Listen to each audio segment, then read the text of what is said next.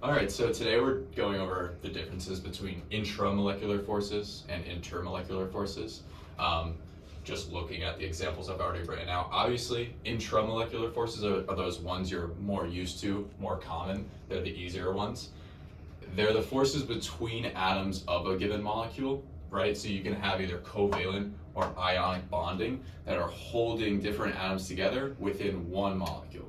And then aside from that, intermolecular forces refer to attractive forces between the atoms of a molecule around other molecules, right? So if you have multiple water molecules around each other, they're going to be attracted to each other in different ways, right? So we're referring to like an area of space with multiple things going on. And then these forces are just one molecule and what's going on between them. So for intermolecular forces, we'll go through just a little breakdown of each. We'll start with London dispersion because they're the easiest ones. So for London dispersion, all that's going on here, they're kind of exhibited in pretty much every molecule between each other. And the idea behind it is just that at any given time, electrons are always in this constant state of movement, right? And so because of that constant state of movement, there are these instances, if you were to like take a snapshot, where the electrons are here and here and here, and right? And that different distribution of electrons causes, right, the attraction between molecules to like occur where the electron densities are shifting a little bit. So that would look like if I had a molecule like this and a molecule here, and all my electrons are right here, and all my electrons are right here, right? So overall net negative over here, net positive over here, right? This London dispersion force would be like if I could take a snapshot at this exact instance where all these electrons were just happened to be over here, and now there's just this little attraction right here going on. That's a London dispersion force. It's very weak, and again, most molecules exhibit this. I think every molecule exhibits this, right? So very small, it's always occurring, and that's why it's occurring. But you don't really need to understand that. That's just the background of it. Dipole occurs when you have like dipoles of a polar covalent bond. So an example of that we'll use is HCl, right? So in an HCl bond, hydrogen and chlorine. What goes on is hydrogen compared to chlorine's electronegative value causes the electrons to overall go in the direction of the chlorines, right? And that arrow I just drew is the dipole, which you've probably already gone over in lecture, right? So this is the dipole. What it's telling you is that the electron density is centered around this chlorine because it's more electronegative than the hydrogen, okay? So if I had now an area of a bunch of HCl's, if I had another HCl right here, okay? This is the bond. And again, I have a net negative and a net positive area, right? What happens, again, a dipole is forming. This net positive and this net negative, caused by the dipoles, want to be attracted together. And so again, this force that now they're attracted to each other by is an intermolecular force. And in this example, it's a dipole, intermolecular force, dipole, intermolecular force. So that would be an example of that.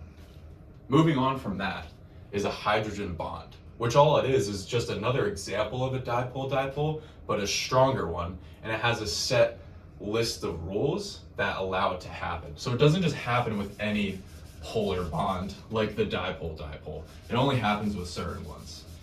And those certain ones are anything with H, of course, right? We need hydrogen. So hydrogen is one of the rules we need. And hydrogen needs to be bonded to one of three things, either oxygen, nitrogen, or fluorine, right? So if we have molecules that exhibit this rule, it'll have hydrogen bonding. And it's just an example of dipole. So let's take, if it was H and N, right? Again, it follows the same rule of HCl, so a dipole is going to form here. And if I have another HN, a dipole forms here. right? And because of that, or remember, this will be the negative area, this will be the positive area, because of that uneven electronegativeness, right? And a bond will form right here. But we specifically call this type of bond a hydrogen bond. This one's stronger than if it were HCl's bonding together, just a normal dipole-dipole. This is hydrogen bonding, okay? So we'll go over that and how it relates to H2O, because it gets a little funky with that one.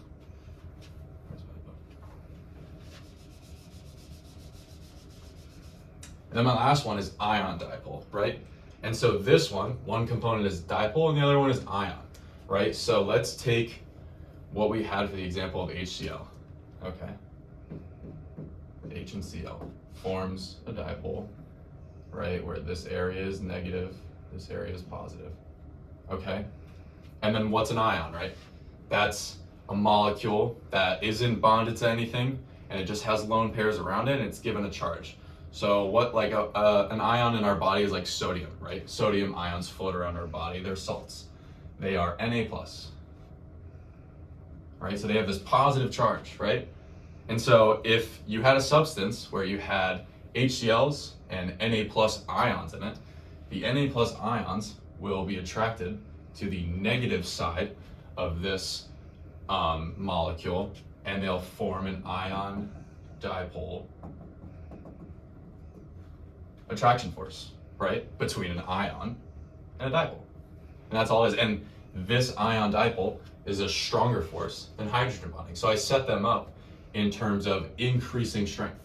So these are your weakest ones, right? Dead last. They're everywhere and they're just a weak force. Going up from there, dipole-dipole, hydrogen bonding, and ion dipole. Those are the strengths of them. So you might have questions that ask you, which molecules have stronger intermolecular forces? You'd have to determine which ones have what, and then based off of this tier system, which one has stronger forces, okay? So now let's work through the example. What intermolecular forces, again, we're talking about the attraction forces between molecules, not within a molecule, do H2O molecules exhibit on other H2Os, right? So we have HOH, and we have, let's say there's another one over here, and another one, I don't know, doesn't matter where they are, over here, okay? Before I go into their intermolecular forces, let's just quickly stop at the fact that there are bonds here. What bonds are here, right? Those are your polar covalent bonds. What does that mean, right? So that has to do with the fact that they're sharing electrons here. It's not an ionic bond. There are two electrons in this space that oxygen and hydrogen are deciding that they want to share because they're fulfilling their octet by doing that. But it is polar because, again, back to HCl and these dipoles, right? There is a electronegative force that oxygen is exhibiting, right? Where this area of the molecule gets more electrons, making it negative, and this area of the molecule gets less. So they're getting pulled around to this oxygen, okay? So polar covalent bonding, an intramolecular force, is making these bonds, okay? Now between them, right? So we say we have positive here, negative here, because of those polar covalent bonds, right? But we have negative here.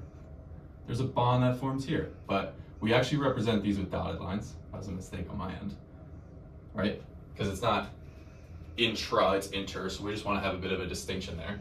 And that dotted line is an attractive force. And which one is it? It's hydrogen bonding, a subset of dipole-dipole. Obviously, it's formed by the dipoles that are going on, but it's specifically hydrogen bonding because we have hydrogens mixed with oxygens in this case. So here, when it asks what intermolecular forces do H2O molecules exhibit on other H2O molecules, we know that it's asking for hydrogen bonding, and that's why.